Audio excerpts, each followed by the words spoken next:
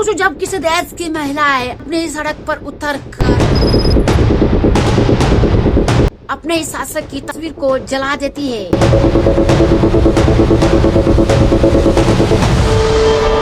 और उसी से सिगरेट सुलगाना भी शुरू कर देती है।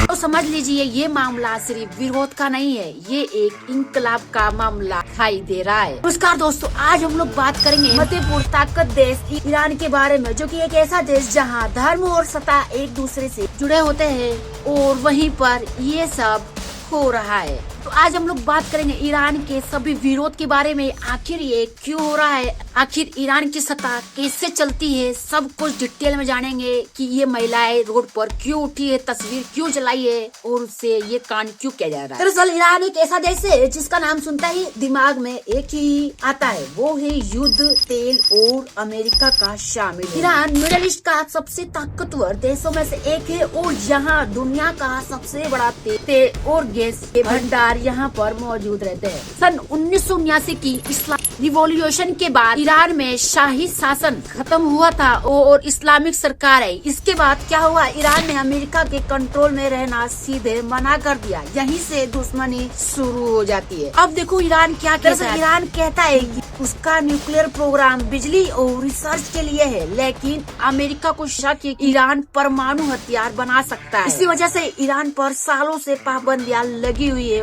और आज इसका टकराव देखने को मिल रहा है। ईरान का टकराव इसराइल और अमेरिका से इसलिए रहता है, ईरान कई देशों और ग्रुप को सपोर्ट करता है, जैसे हमास, हिजबुल्लाह, येमन के हौडी रेबल्स।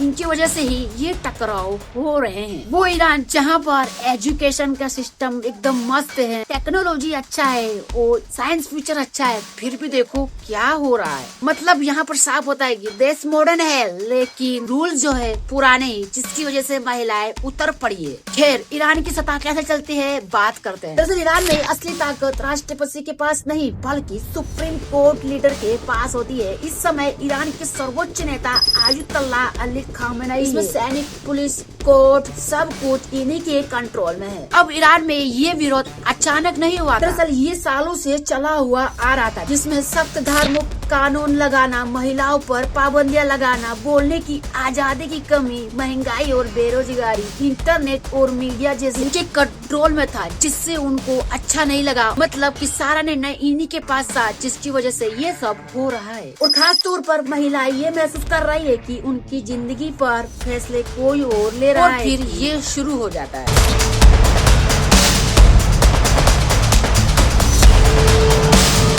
फिर क्या, ईरान में सुप्रीम लीडर की तस्वीर जलाना शुरू हुआ और ये सिर्फ विरोध नहीं था, ये सीधे सत्ता की चुनौती थी। इसी वजह से जब महिलाओं ने आवाज उठाई, अली खामेनेई की फोटो जलाई, तो पूरी दुनिया के मीडिया में ये तस्वीरें छा गई और तस्वीर को जलाने के बाद सिगरेट सुलगाने जैसा मामला सामने आने लगा। दरअसल ये कोई स्टंट नहीं था, महिलाओं का संदेश था कि तुम्हारा डर अब हमें जला नहीं सकता। ये कहने का तरीका था कि सत्ता का डर खत्म, आजादी का जहाज जिंदा हो। अब मीडिया की बात सुनो क्या कहे। कई अंतर्राष्ट्रीय मीडिया ने तो ये बताया कि ईरान के अलग अलग शहरों में महिलाएं हिसाब, नियमों और सरकारी दमन के खिलाफ खुलकर सामने आई और कुछ जगहों पर तो सरकारी झंडे की जगह पुरानी ईरानी प्रतीक लहराए गए, जिसकी वजह से खामेनेई ने इन प्रदर्शनों को विदेशी ताकतों द्वारा उकसाया और सीधे तौर पर अमेरिका और डोनाल्ड ट्रंप का नाम लिया। अब तक उन्होंने ये भी कहा कि ये सारे तर्क हम अमेरिका और डोनाल्ड ट्रंप को खुश करने के लिए कर रहे हैं। इसके बाद ईरान सरकार के द्वारा पुलिस कार्रवाई तेज कर दी, सैकड़ों लोगों को हिरासत में ले लिया गया, कई जगहों इंटरनेट को बंद कर दिया गया, सोशल मीडिया पर सख्ती बढ़ा दी गई।